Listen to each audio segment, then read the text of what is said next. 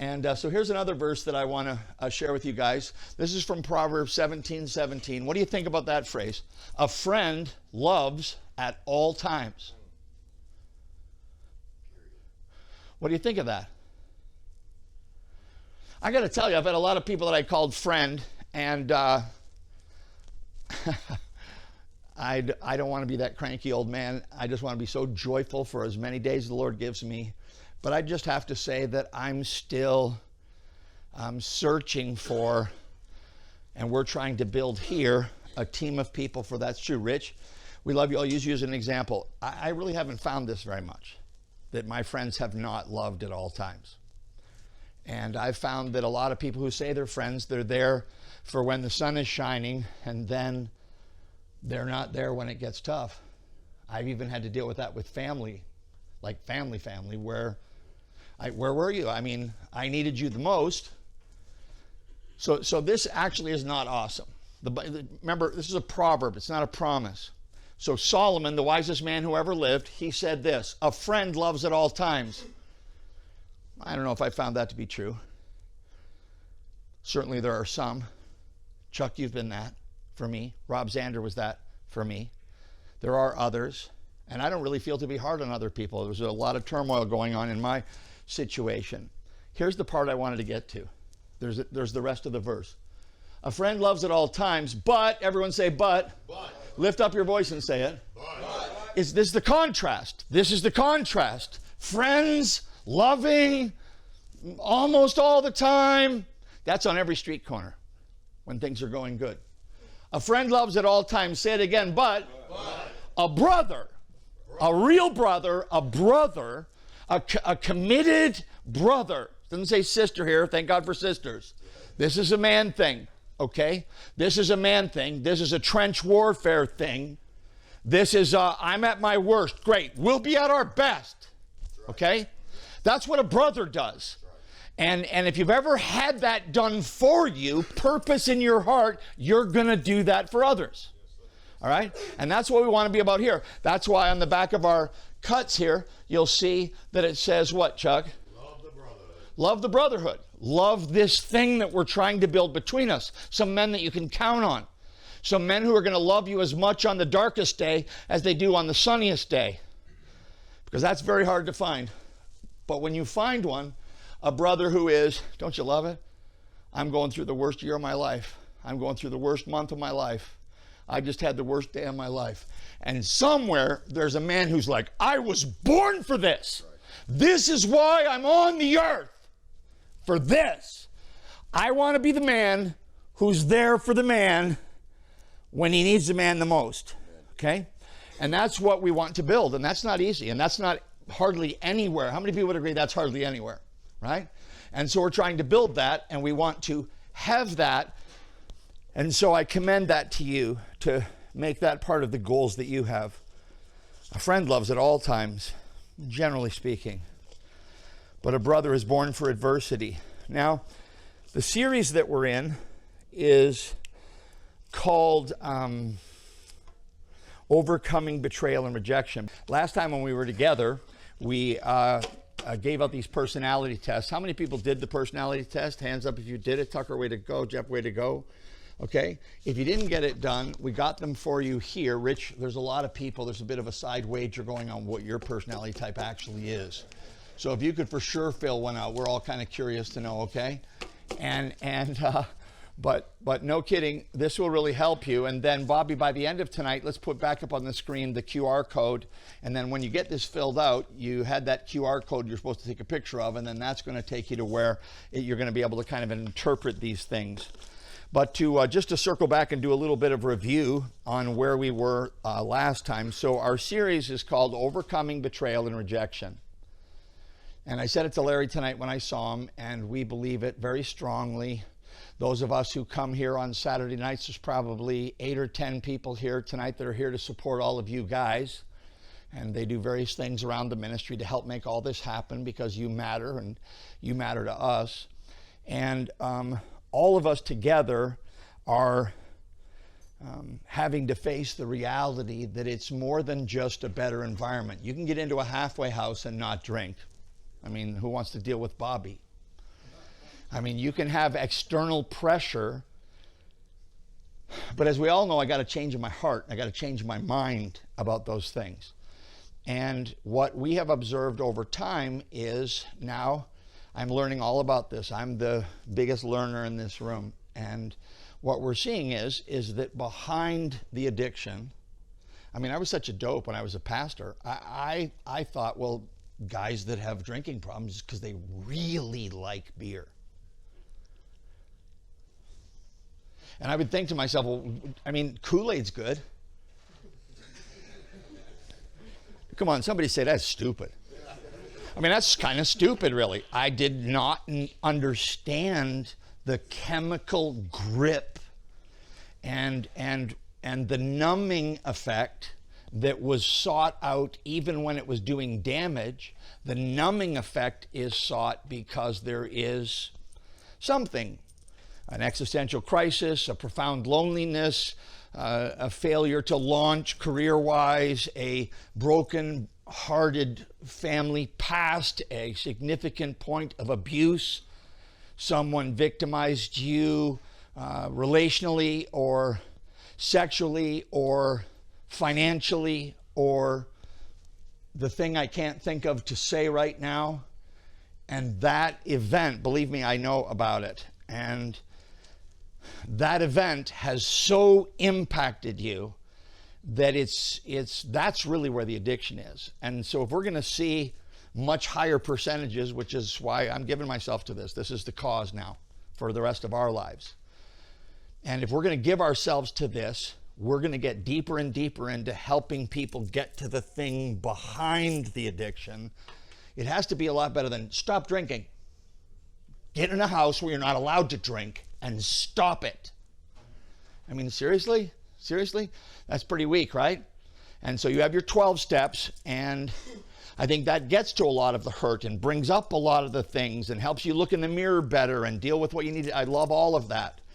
And we're just looking to supplement that again, and that's why we have this teaching, Overcoming Betrayal and Rejection. Now, the three main thoughts that we're going through over the summertime are these. We'll be in this until, God willing, until Labor Day weekend. Go ahead and put that up, Bobby.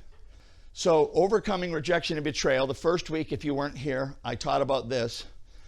Accepting rejection. Just accept it. I was rejected. I was betrayed. I had my heart broken. I was really injured by some people. I was rejected. I mean, just say it right out. I mean, that's a really hard thing to admit.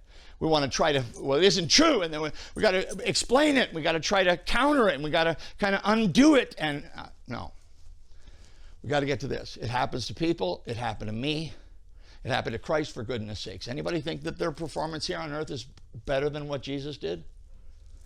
So if he was betrayed and rejected by men, the scripture says, then I should be a little less surprised and a little more focused on not letting it keep me in the ditch. So we're working on accepting rejection, and that's why we're studying about ourselves. Part of accepting rejection is understanding my own personality a little bit better and understanding how I impacted others. Okay? We haven't even got to this part yet, where then we reject rejection. The message that rejection gave me needs to leave my life.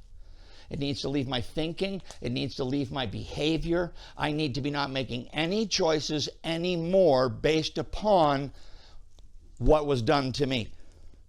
And so the key after you get it in your head, I was rejected. I'm not going to live with that message or what it says about me. It doesn't matter what they think about me. I'm not who my past says I am. I'm not who my parents say I am. I'm not who my problems say I am. I'm who God says I am, okay? And then the last thing is accepting acceptance. And that's the main thing, is to really understand who you are in God's eyes and how the Lord who made you feels about you. And I've learned a lot from you guys in the last year, and a lot really from Bobby, about, this whole God thing is striking a lot of people here in this room in a different way. And I want to say especially to the guys who came here tonight who are not that open to God really, like Gentili was when he was first sober. He called God his good orderly direction. I think that's awesome, because God is not prideful. And when he sees one of his sons just beginning to open his heart, just beginning to step toward him, he is so blessed and wants to step toward you. Do you understand? And God will go a long way in revealing himself to somebody who really wants to know, who really wants the help. And so with that kind of as my backdrop, let me buzz through this outline from last week, and then I'm going to kind of wrap it up with a little bit more content. So get one of these personality things before you go. And we taught last week from the life of Jacob, everyone is born with a disposition. This is not your experience. This is not your learned ability. This is kind of your outlook. This is kind of your pattern of thinking. And it's the natural mental attitude, the predominant tendency or leaning, your prevailing point of view. Now, every person here has it, but how articulate are you about it? Your way of thinking. And they're very common. There's 4 main sort of personality types, and then you're mainly one of the 4, and then secondarily one of the other 4, which means there's like 16 when you put all the possibilities together. And so I'm not saying there aren't 32 or 64 or 128 or, 7 billion. There are all of those. People are unique. No one is exactly like another. Nevertheless, as you head toward those uniquenesses, if you can picture that, there's 4 kinds of people. And then there is 16 kinds of people in that grouping. And if you could just get a handle on that part, it'll make a lot more sense to you why you think the way you do, why you are the way you are. Some people in this room are very critical. That's something that has to get tamed and tackled, or it'll take you down. But it's actually a really good thing to be able to see and analyze and form a conclusion about something. Other people in this room are very trusting and not that critical, really. And that can be a beautiful thing, but there's obviously inherent dangers to that. So, everyone is born with a disposition. My disposition dictates my thinking pattern. Okay, this is just kind of review. And again, we went through the life of Jacob, and we saw how here's 2 guys who were born as twins.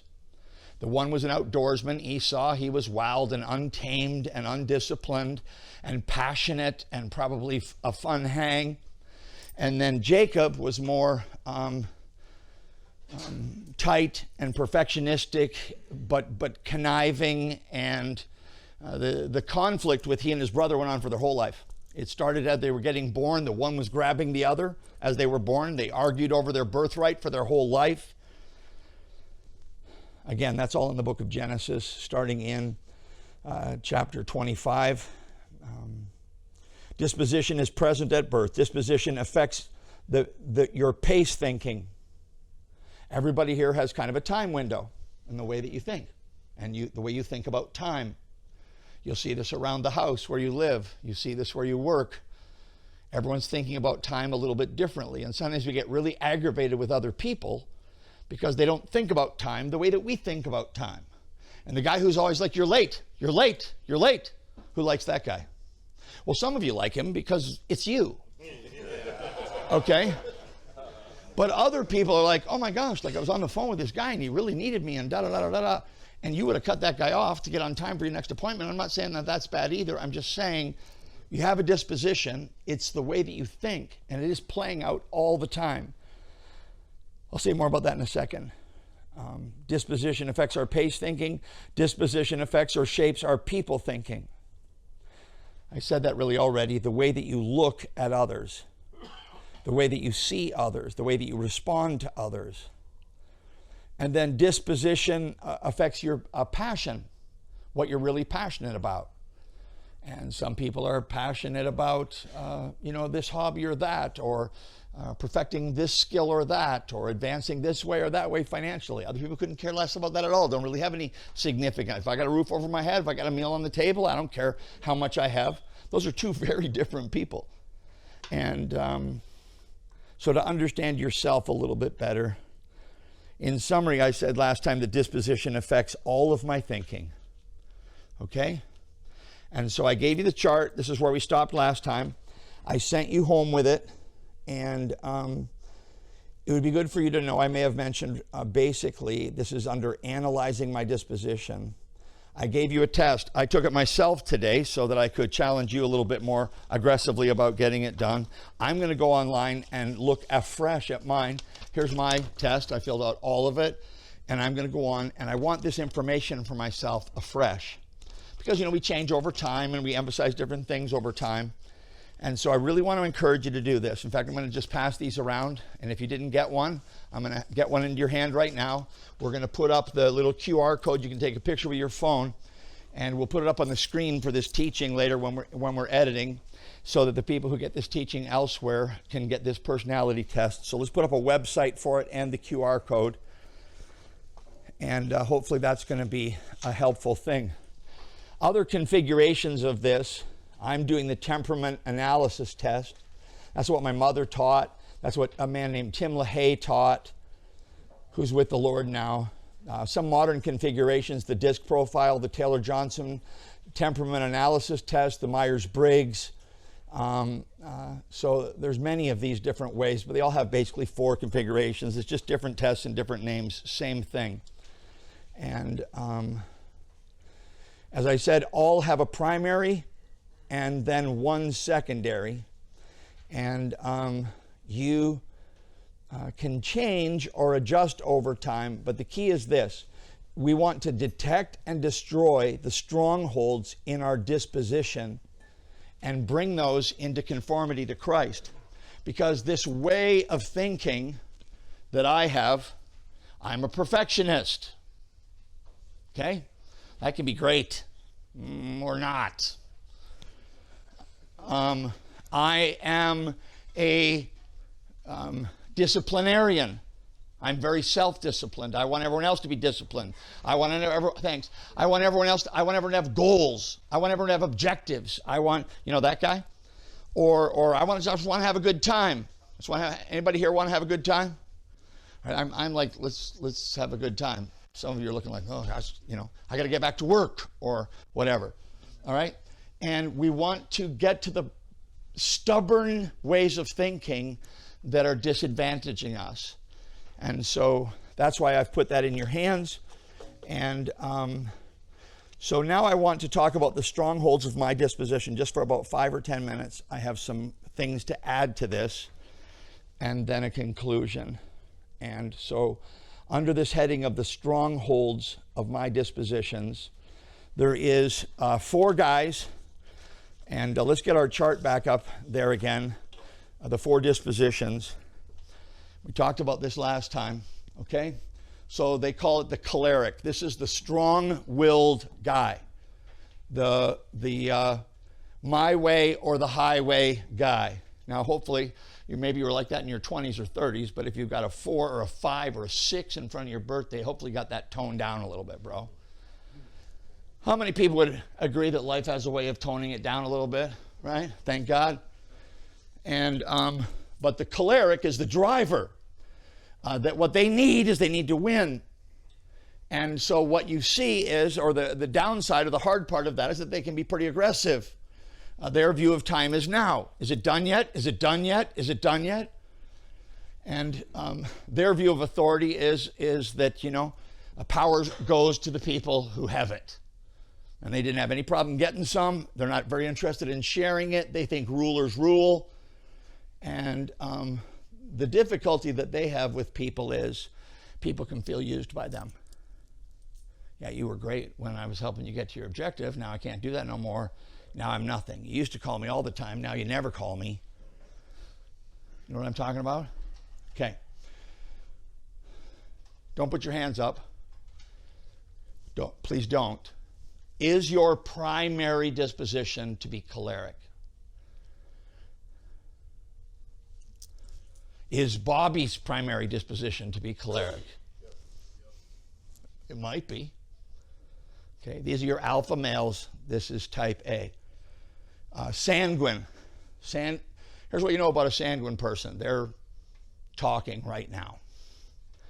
And they are always thinking about what they would say.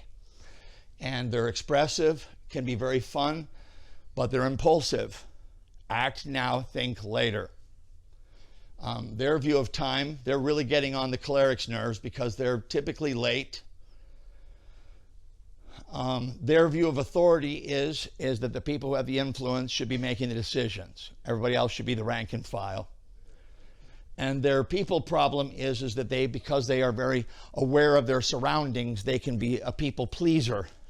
When you're dealing with a sanguine, you may think that you know what they think, and they may eventually tell you, but a lot of times they're going to tell you what will, keep us moving toward the objective, whatever that is. Then the phlegmatic. A sanguine's in the room. Before I move forward, again, don't put your hand up. Are you a sanguine? Are you a people person? Are you a person who's energized by people? Because, there are people that just, the reason I stayed up so late is because there was people still at my house. Well, don't you normally go to bed at like 10:30? Yeah, but there was people at my house, so I went to bed at 4:30 because I'm energized by people. But how many of you would be like, it wouldn't matter how many people came to my house, at a certain time I'm just going to bed, right? Like a phlegmatic is like that. And these are all from Latin words. But this has been around for hundreds of years, since Hippocrates. The phlegmatic is the get-along guy, okay? This guy is causing problems in the house. This is the guy screaming at this guy to shut up at 11:30 at night because he can't get to sleep. This is the guy trying to get everybody organized. This is the guy saying, why don't we have any board games here? Okay? I'm more like this, so you don't need to laugh at me that much. I'll play games with you, bro. And this guy is getting along with everybody. Really the easiest guy to get along with. Chuck has some of this and some of this. They need to feel safe. They don't want to put it all at risk. They're more risk adverse. And so because of that, the downside is they're hard to promote them to action, which you're for sure not like that. It's very hard to promote them to action. They tend to procrastinate. And they think not rulers rule or majority rules. They want everything in order. This guy is always keeping the speed limit. So how many people here, put up your hand if you would say, yeah, I really don't understand people that have to drive the speed limit. How many people get like really aggravated when you're behind Mr. Conscientious, who's watching the number and he's 1 under it to make sure he's never over it? All right, but listen. That thing is a way of thinking, and it's in your disposition. And we need to chill a little bit. That guy's actually got something we could use a lot more of, right? He left early. He'll be there early. And he doesn't want to get pulled over. And his problem is that because he wants safety and he wants to keep the rules, he can fall into the trap of feeling like people are not worth it. I don't work for a salary anymore. I worked more in my 30 years in ministry, 40 years almost, than most people would work in their lifetime. I don't need to work anymore. I think if I was phlegmatic, I probably wouldn't be doing this. But I'm doing this because the Lord made me a little bit more like this and then this. I can kind of alternate here a little bit. And I can't just go park it somewhere. I'm so happy to be involved with you and to be working with Bobby and Chuck and to be growing together and learning about how to be helpful to you guys. I really hope that the Lord will use us in your life. This guy, you just can't wait to get his Social Security check and play bingo. But I would have done a lot better if I had had this guy's contentment and his ability to get along, even if it isn't ideal. And none of these is right or wrong. I could poke fun at all of them, and I could, as I'm doing here, giving some of the positives of all of them. This is the last one. This is the melancholy. And the melancholy is analytic, very reflective. Journals, is real precise, can be a perfectionist. The downside is they're just kind of negative. This is sort of, you guys know who Eeyore is? Oh, bother and all that, So Eeyore is a melancholy, and he's very punctual, he's very together, he's very specific. He's all about the rules and has like really disdain for people who struggle with the rules. This is why in the presidential thing, this is why people have such a hard time with politics, because most politicians are up in this category. But, you know, half their voters are down here sometimes. How can he talk like that? How can he act like that? How can they even do that like that? And it's just hard to understand. And so this person is the most despairing of themselves. This person struggles most likely the most with self-harm, but would really think it through. Whereas this guy is the guy who like exited, and then he gets to heaven, he's like, damn, why did I do that for? You know, and more impulsive. And this guy like blew up the whole house. Okay? And do you see what I'm saying? It's reflected in everything. You can see it in everything. And I want you to understand yourself, because I'll say something about that, one more thing about that in a moment. Let's go to the second chart. So if this is one of your, you have the other one, Bobby? There we go. So remember how we were studying in 2 Corinthians 10? Let me just read it to you one more time. 2 Corinthians is talking about strongholds. And 2 Corinthians chapter 10 says this. We are, for though we walk in the flesh, we are not warring according to the flesh. That means that your battle, first name again? Thanks for repeating for my sake. Thank you for that kindness. I really do want to learn all your names. And Mark and Eric and Larry. What that's saying is that even though you're walking around here like a physical dude, the real battle is not in your body.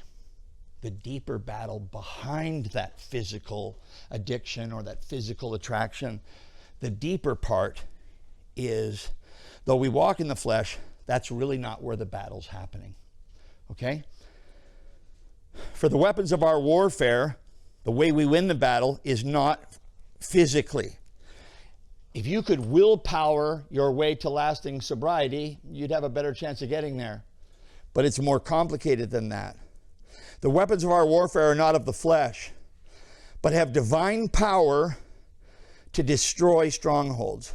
God is backing the weapons that he gives, and they destroy these patterns of thinking that have been so debilitating in our life. Then he goes on to say, we destroy arguments and every lofty opinion raised against the knowledge of God. So back to the chart. Sorry if I'm jumping around a little bit. So we destroy, the stronghold is the big picture, stubbornness, resistant to change. The argument is what I say to myself to justify my stronghold. And then the lofty opinion is the way I view myself that allows me to believe this argument, that allows me to defend this stronghold. Now, I can't overemphasize this enough. People who are smarter than me would tell you, if you can get that personality test done and you can dial in on one of these lines, it's going to be an insight that's going to last you for the rest of your life. It's going to help you understand a lot of things that are going on. So I'll run through them again. If you think you're choleric, type A, driving person, your stronghold is I have to be successful. In fact, you're shocked by the idea that everyone else isn't thinking about that as much as you are. The cleric has a hard time understanding and tends to kind of view other people as lame who aren't driven to get on the top of the pile. I love Johnny. I've loved getting to know him. You're not driven to get on top of the pile. This guy here, I have some thoughts about where you fit. I'd love to talk to you about it this week. But this guy here, I got to be successful. And to be successful, I have to win.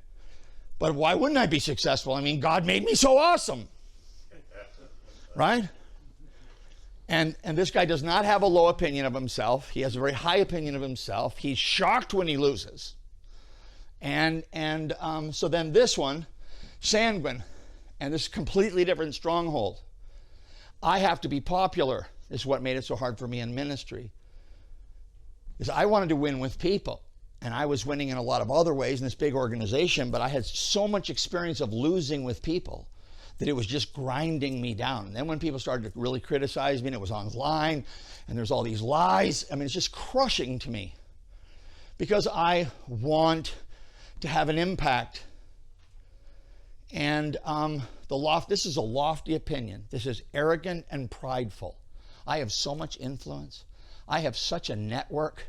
I have so many people that are looking to me. And in order to tear down this stronghold, I have to make an impact, would almost be better there. I have to get at that lofty opinion. That's my pride. That's my pride in thinking more highly of myself than I should. Now, the phlegmatic, again, completely different. The phlegmatic has their own scorecard. They're scoring themselves all the time. It doesn't matter what anyone else does. I just got to be steady. I just got to be consistent. I just got to stay on the program and not have any conflict with anybody.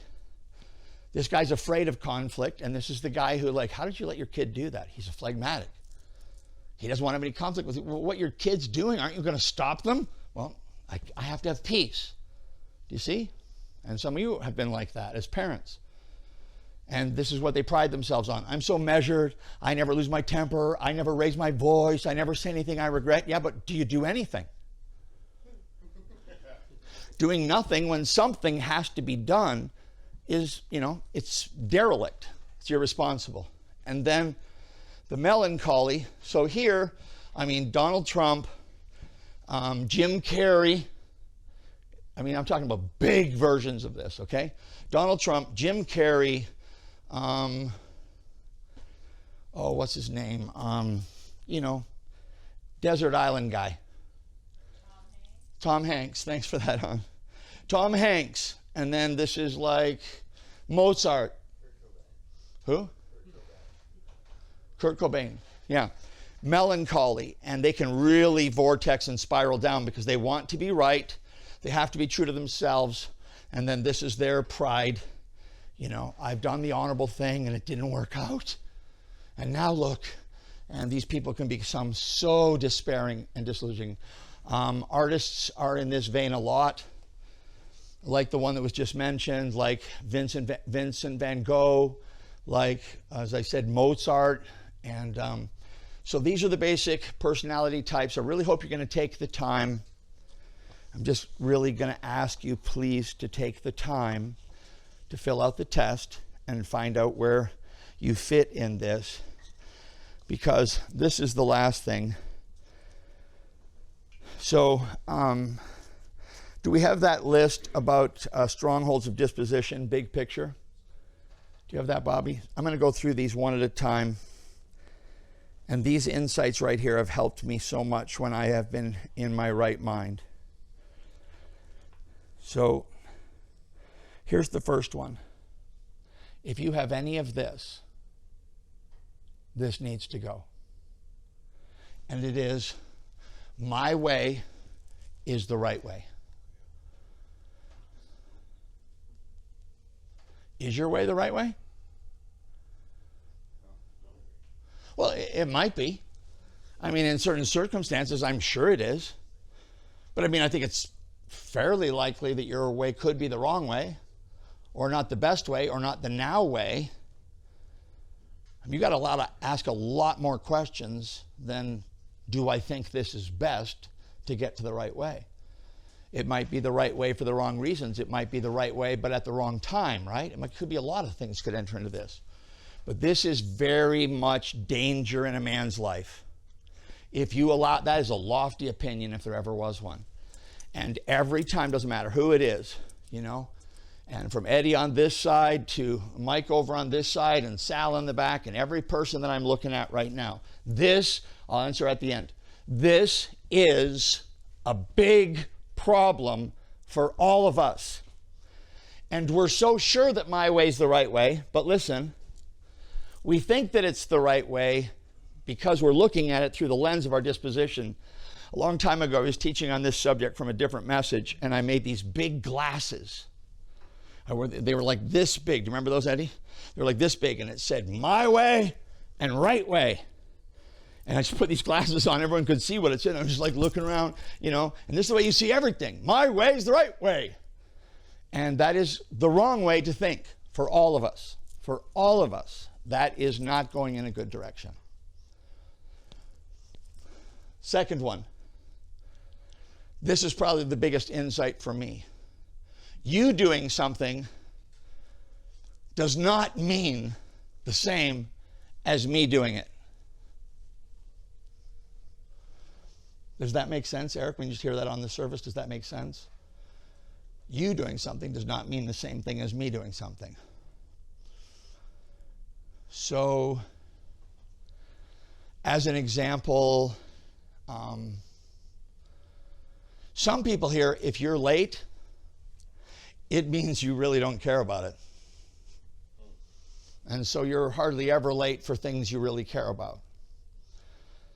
But what if you're hard on the other person who's late and you have the lofty opinion, so you're assuming that someone else being late means the same thing as it means when you're late? Or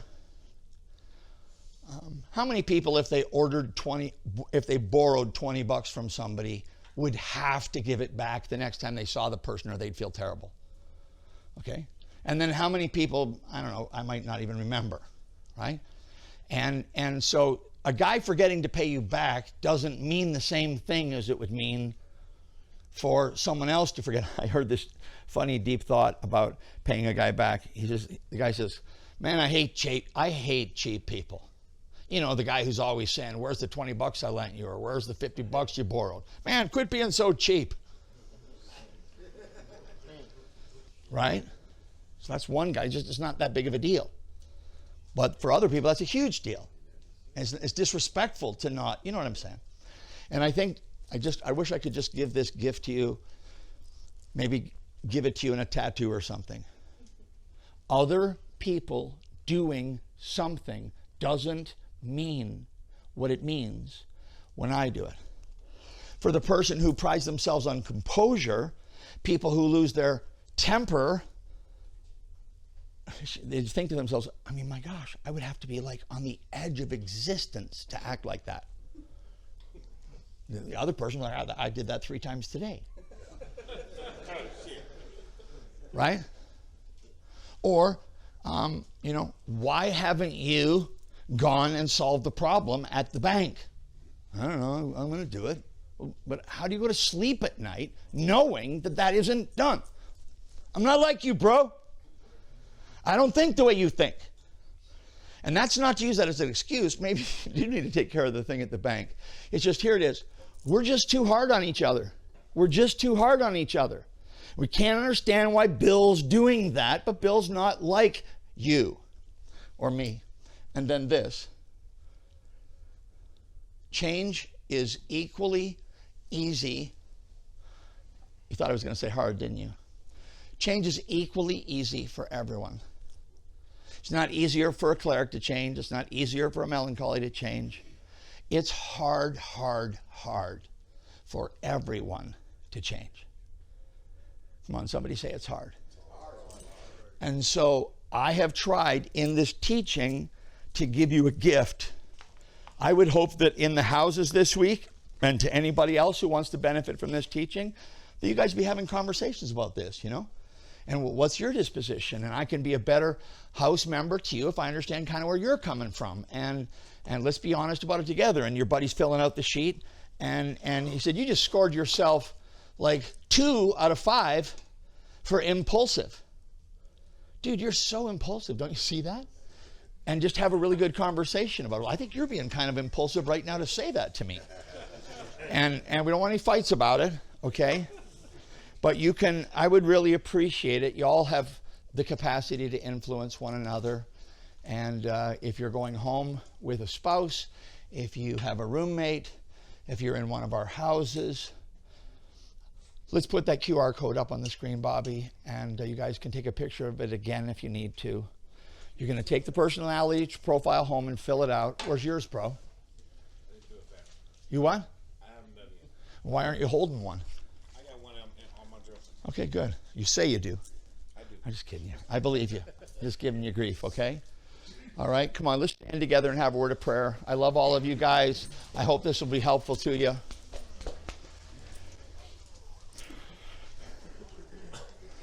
All right. So we can do this together. So when I'm done praying, I want you to put your arms on your brother's shoulders if you want to. And when I'm done praying, I want you to just turn to one of the guys around you and say, come on, let's work on this together. Okay? Father God, we're thankful for every person in this room. We're thankful that this place is dedicated to you, that it belongs to you, and that it serves here as a place where men can find real, lasting freedom. I thank you that you see us exactly where we are. Thank you that you know us and you know our needs. Cause our hearts to open to you, creator of the universe, Savior of the world, lover of our souls. Take us more deeply into the freedom that you offer and cause our hearts to be more open still each day to the great love that you have for each one of us, and help us not only to be receiving that, but to be extending that to those around us. May there be some great conversations in the houses this week. Keep us strong in our freedom and give us the courage to open up and say, I'm struggling right now, because we are in a room full of people that would love to help us. And we give you thanks for that in Christ's name. Amen. Amen. Together, brothers. Amen. Thanks, guys.